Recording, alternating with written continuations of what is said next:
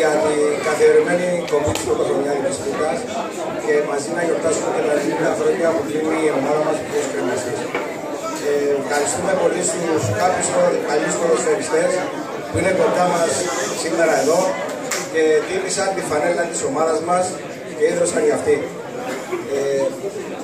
Θα ήθελαμε να σας ενημερώσουμε, αν μπορείτε να είστε κοντά μας σε αυτούς τους δύσκολους καιρούς που περνάει η χώρα μας και εμείς, να βρεθείτε δίπλα στην ομάδα και να βοηθήσουμε να πάει μπροστά. Μέσα στην προσπάθεια που κάνει το ΔΣ, προσπαθούμε μέσα από τις ακαδημίες μας να βγάλουμε νέα ταλέντα που θα προωθηθούν και θα είναι αύριο οι αντάξιοι αθλητές που θα αγωνιστούν στο σύλλογο. Μέσα σε αυτούς τους δεσμούς κάναμε και εμείς μια συνεργασία με τις ακαδημίες της ΑΕΚ για να βοηθήσουμε τα παιδιά να έχουν ένα κίνητρο αύριο να βγουν λίγο έξω από το νησί. Σας ευχαριστούμε όλους που είστε κοντά μας. Σας ευχόμαστε καλή χρονιά, υγεία πάνω απ' όλα.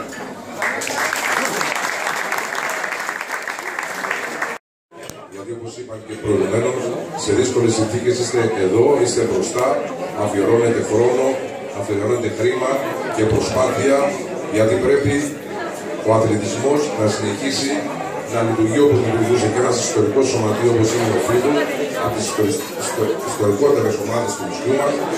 Είδα τα 90 χρόνια, δεν θα έρθει το 100, είναι πολύ κοντά, θα έρθει το 900 χρόνια και χρόνια με επιτυχίες. Πραγματικά χρειάζεται ο αθλητισμός την δικά μας προσπάθεια και συμμετοχή και συμβολή, αλλά κυρίως να κλείσω με αυτό την ευχή και την πρόκληση που έκανε ο Πρόεδρος, να είστε κοντά στην ομάδα, κοντά στα παιδιά, γιατί αυτή είναι η προοπτική. Καλή χρονιά με πολλές επιτυχίες. Να είστε καλά. Χρόνια πολλά και να εύχομαι ό,τι καλύτερο ο καινούριος χρόνος στην Αυστρία. Πρώτα απ' όλα να ευοδοθούν οι προσπάθειες και οι προσδοκίες του κάθε ενός από εμάς και συλλογικά του συλλογικού οργάνου που λέγεται Φίλος Κρεμαστής. Εγώ δεν σας κρύβω ότι πραγματικά είμαι περήφανος γιατί είμαι μέλος αυτής εδώ πέρα της οικογένειας που ονομάζεται Φίλος και θέλω να δώσω τα συγχαρητήρια μου στη σημερινή διοίκηση αλλά και διαχρονικά σε όλες αυτές τις διοικήσεις που πέρασαν για να μπορέσει να σταθεί όπως λέγεται σήμερα ο Φίλος. Ένα μεγάλο σωματείο όπως είπαμε και προηγουμένως, ένα ιστορικό σωματείο το οποίο και εσείς οι οποίοι το υπηρετείτε σήμερα γνωρίζοντας τέλος πάντων την ιστορία του και όλες αυτές τις επιτυχίες και τις προσπάθειες που έχει κάνει μέχρι σήμερα να μπορέσετε τέλος πάντων και εσείς όσο το δυνατόν από την δικιά σας την πλευρά να δώσετε αυτό που μπορείτε να δώσετε. Χαρητήρια επίσης και στην διοίκηση ακόμη γιατί πράγματι δεν ξεχνάμε όλες αυτές οι ιστορίες που έχουμε λυθεί τους παλιούς αθλητές οι οποίοι πραγματικά έχουν δώσει το είναι τους για να φτάσει ο σύλλογος σε αυτό το σημείο το οποίο σήμερα είναι.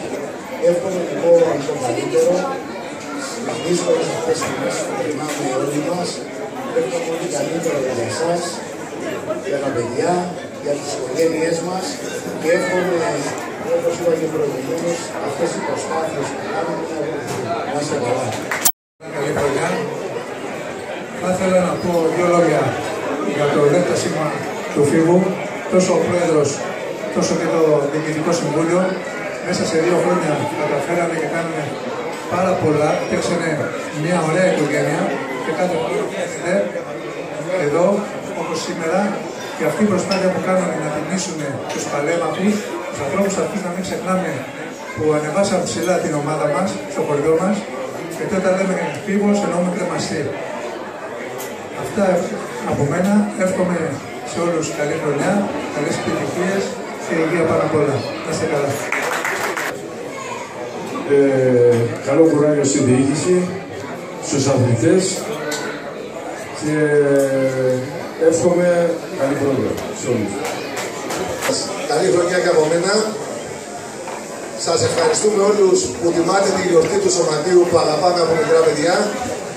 Χαίρομαι ιδιαίτερα που βλέπω ανθρώπους που έχουν τιμήσει που έχουν τιμήσει απέναντί μου εγώ στα Σωμαρίνος, που έχουν τιμήσει την ιστορία του Σωματείου. Το Σωματείο αυτό ζει 90 χρόνια από τις 28 Φεβρουαρίου του 1927. 90 χρόνια κλείνει στις 28 Φεβρουαρίου φέτος. Ζει από την αγάπη του κόσμου. Γιατί πάντα ο Φίβος είναι ένα σωματείο το οποίο στηρίζεται σε ανθρώπους που το αγαπάνε. Γι' αυτό τον λόγο είναι το πιο επιτυχημένο σωματείο στην ιστορία, την ελληνική ιστορία, ερασιτεχνικό βέβαια, και έχει κατορθώσει σε αυτά τα χρόνια, στα 90 χρόνια ιστορίας, να μπορέσει να κατακτήσει 10 πρωταθλήματα δωδεκανήσου, 10 κύπελα δωδεκανήσου. Έχει παίξει σε 3 τελικούς ερασιτεχνών Ελλάδος με 2 κατακτήσεις. Βρείτε μου αντίστοιχο παράδειγμα ερασιτεχνικού σωματείου στον κόσμο που να έχει κατορθώσει και να κάνει αυτά τα επιτεύγματα που κατόρθωσε ο Φίβος.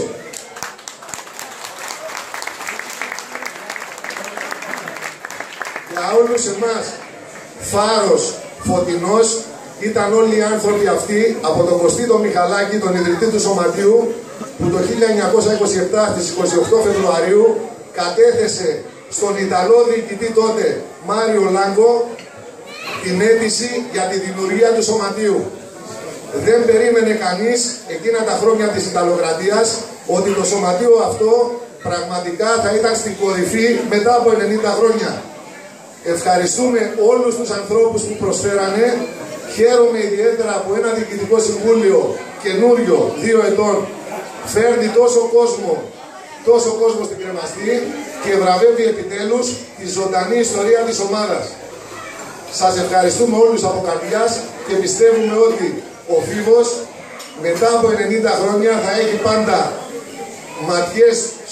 ματιές στο παρελθόν του, στο ένδοξο παρελθόν του και βλέμμα στο μέλλον. Ευχαριστώ πολύ. Καλή σας. Η ελπίδα γεννιέται και έχει έδρα την Κρεμαστή. Η ιδέα ανήκει στον Κωστή Μιχαλάκη, ιατρό, και τον Αβρόντη Αναστασιάδη, διευθυντή του Σχολείου Κρεμαστής. Η Ελπής δεν ήταν απλά το όνομα ενός αθλητικού σωματείου. Πρέσβευε την απελευθέρωση της Δωδεκανήσου. Την ελπίδα για την ελευθερία. Άσπρες φανέλες με πλατιά μαύρη λουρίδα και ένα κεφαλαίο ε. Το ε της ελπίδας, της Ελλάδας, της Ένωσης, του έθνους, της ελευθερίας. 2 Φεβρουαρίου 1927 κατατίθεται η γραπτή αίτηση στον διοικητή των Ίσων του Αιγαίου, Μάριο Λάγκο, για την ίδρυση της Ελπής, του γυμναστικού συλλόγου που μεταξελίχθηκε στο Φίβο Κρεμαστής. 28 Φεβρουαρίου 1927 η αίτηση των Γιάννη Παπανικόλα, Μιχάλη Παπακοσταντίνου, Φώτη Καπότο, Δημήτρη Παρασκευά, Νίκου Χαλκίτη, Δράκου Δράκου, Παναγιώτη Παπόρη και Δημοσθένη Φτάκλα εγκρίνεται. 2 Μαρτίου 1927 πραγματοποιείται η πρώτη συνεδρία της Ελπής του προκατόχου του σημερινού Φίβου με πρόεδρο και ιδρυτή τον Κωστή Μιχαλάκη. Η Ελπίδα, ή αλλιώς Σπεράντζα, όπως την έλεγαν οι Ιταλοί, συμμετέχει σε ποδοσφαιρικές οργανώσεις και διοργανώνει αθλητικές ημερίδες με αγώνες δρόμου, σφαιροβολία, άλμα, δρόμο μετεποδίων, σκηταλοδρομία, σακοδρομία. Δεν παραλείπει να πρωταγωνιστήσει σε όλα, διοργανώνοντας ακόμη και θεατρικές παραστάσεις. Το πρώτο έργο ανέβηκε στις 11 Μαρτίου του 1928 με τίτλο «Το κόκκινο πουκάμισο». 90 χρόνια ιστορίας για την ελπίδα, για το Φίβο. Για την ομάδα της Κρεμαστής που το 1945, ύστερα από την απελευθέρωση, αναδημιουργείται ως Φίβος, ο Φίβος της Κρεμαστής. Για την ομάδα που τιμά την περιοχή και τα Δωδεκάνησα σε όλη την Ελλάδα. Αναδεικνύεται 2 φορές κυπελούχος Ελλάδος, ενώ ακόμη μία φορά συγκαταλέγεται στους φιναλείς. Συγκαταλέγεται ανάμεσα στις 8 ομάδες όλης της χώρας που συμμετέχουν ενεργά και επιτυχημένα περισσότερες από μία φορά στο κύπελο των Ερασιτεχνών Ελλάδος. 1972 η ιστορία ανεβάζει το Φίβο στο βάθρο της πρώτης θέσης. Κατακτά το κύπελο Ερασιτεχνών Ελλάδος ενάντια στον ΑΟ Αλεξανδρούπολης, καταγράφοντας το 3-2. Ο πρόεδρος Ελευθέριος Καπότος, στα μέλη του Διοικητικού Συμβουλίου του Φίβου, αθλητές και προπονητής πανηγυρίζουν. Το φύλαθλο κοινό νιώθει υπερήφανο για την τιμή που τους έκανε ο Φίβος. Μια τιμή που καταγράφεται στην ιστορία της Κρεμαστής και της Δωδεκανήσου. 41 χρόνια μετά ο Φίβος πανηγυρίζει ξανά. Αγωνίζεται με το Παναρκαδικό και κερδίζει με 2-1. Κατακτά εκ νέου το κύπελο Ερασιτεχνών Ελλάδος, εκείνο που δεν κατάφερε να κερδίσει το 1988, όταν άνοιξε σε απόσταση αναπνοή στην πρώτη θέση ως φιναλίστ. 2013-2014, 8ος όμιλος Αθήνα, Πειραιάς, Λέσβος, Σάμος, Χίος, Δωδεκάνησα και Κυκλάδες. Οι εφημερίδες γράφουν: ο Φίβος επαναλαμβάνει τον άθλο του 1972 και σηκώνει την κούπα. 15 Ιουνίου 2013, ώρα 7, γήπεδο Ψαχνών. Ο Φίβος τιμά τη μνήμη των αδικοχαμένων Φίλιππου Δελαπόρτα και Γιάννη Τζιντίλογλου και σηκώνει την κούπα του κυπελού της Ελλάδος. Οι διακύβερνοι πανηγυρίζουν και φορώντας τις φανέλες στα πρόσωπα των αδικοχαμένων σηκώνουν το πολυπόθητο κύπελο. Ο πρόεδρος Άκης Δελαπόρτα, στα μέλη του Διοικητικού Συμβουλίου, αθλητές, προπονητής και φίλαθλο κοινό αποθεώνουν και αποθεώνονται. Η ιστορία χαράζει με χρυσά γράμματα τις 2 νίκες της Κρεμαστής που τιμά την περιοχή, τη Ρόδο αλλά και τα Δωδεκάνησα σε όλη την Ελλάδα. Πρωταθλητής Δωδεκανήσου 9 φορές. 1964, 1967, 1972, 1971, 1976, 1979, 1987, 1996, 2013. Κυπελούχος Δωδεκανήσου 9 φορές. 1971, 1972, 1979, 1984, 1987, 1988, 1994, 2013 και 2014. Στην ιστορία του ο Φίβος Κρεμαστής κατακτά 5 φορές τον τάμπορ. 1971, 1972, 1979, 1987 και 2013. Σήμερα, τι γίνεται σήμερα? Με πρόεδρο τον Γιώργο Σμαραγδιό, γιορτάζει τη χρυσή του διαδρομή. 90 χρόνια προσφοράς, 90 χρόνια ύπαρξης.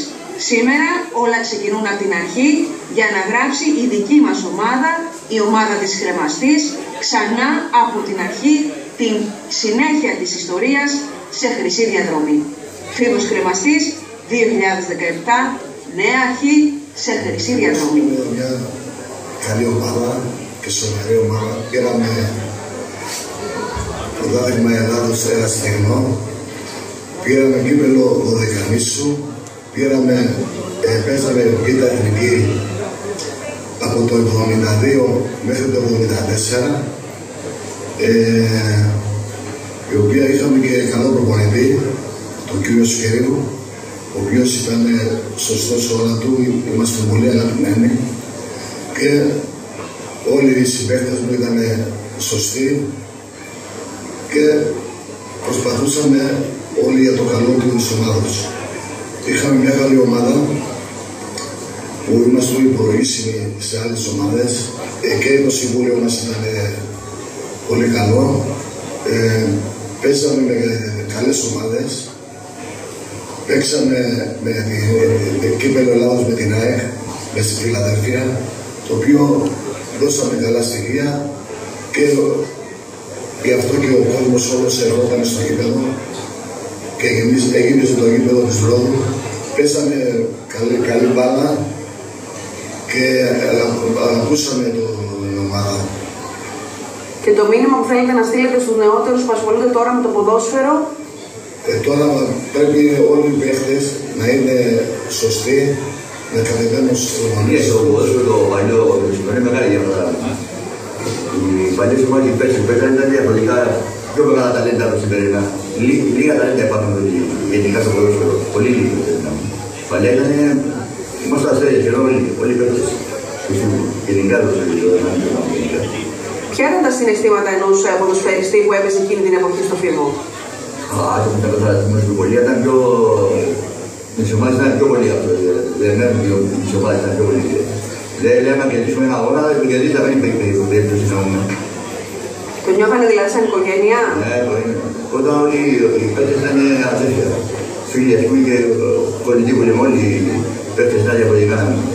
Το μήνυμα που θέλετε να δώσετε προς τη νεότερη γενιά, αυτούς που ασχολούνται σήμερα με το ποδόσφαιρο, τι αρχές να υπηρετούν? Αυτό εξαρτάται την οικογένεια. Τα παιδιά που πάνε που παίρνουν ποδόσφαιρο είναι πολύ βασικό από όλα. Αν είναι καλά παιδιά, καλοί αθλητές και να παγούν στους προπονητές και στην υγεία. Να μας πείτε, θα θέλαμε, πώς αισθάνεται κάποιος που έπαιζε εκείνη την εποχή στην ομάδα του Φίβου? Μεγάλη χαρά.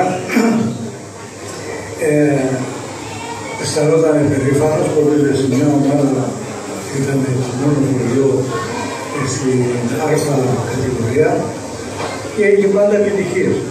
Αυτή είναι μια ικανοποίηση για όλους τους ποδοσφαιριστές ή για το χωριό.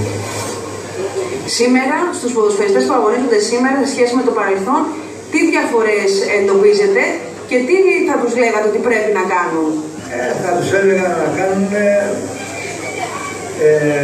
το καθήκον τους σωστά και να μην το βλέπουν επειδή στην εξέλη δεν είναι καθαρή κρεμαστινή και παίζουν την πόλη.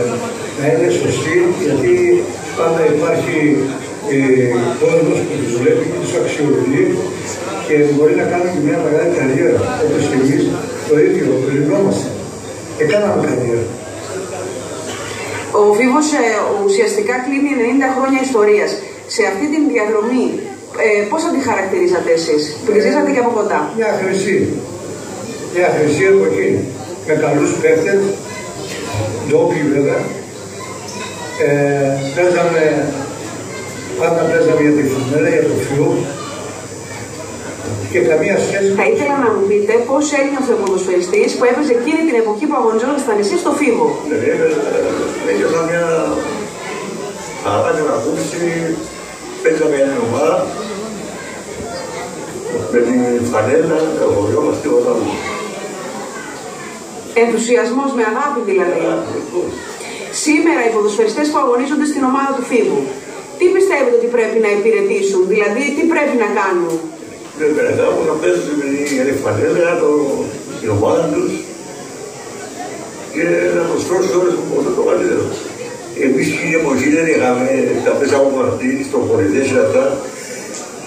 Ήμασταν μόνοι μας, με ένα προπονητή που κρατάει την εμείς από την Αδία και μας επομορούσε.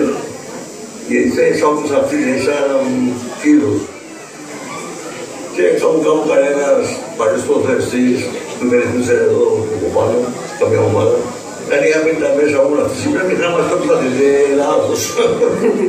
Είχαμε ομάδα, καλή ομάδα τώρα εμείς. Καλή ομάδα, ακτίμητη για το χωριό, για τη φανέλα. Χωρίς αμοιβές, χωρίς τίποτα. Άρα ουσιαστικά αυτό που επισημαίνεται είναι ότι θέλει ψυχή το ποδόσφαιρο. Βάζετε ψυχή, θέληση. Δεν θέλει... Αλλά τώρα πώς έγινε εκμετάλλευση. Τώρα δεν παίζω, δεν παίζω. Εδώ πριν βγεις, εγώ δούλευα στον οργάνο και έφευγα και πάλι μέσα στην ομάδα, στον αγώνα. Έφευγα από τη δουλειά και πήγα κατευθείαν στο γήπεδο.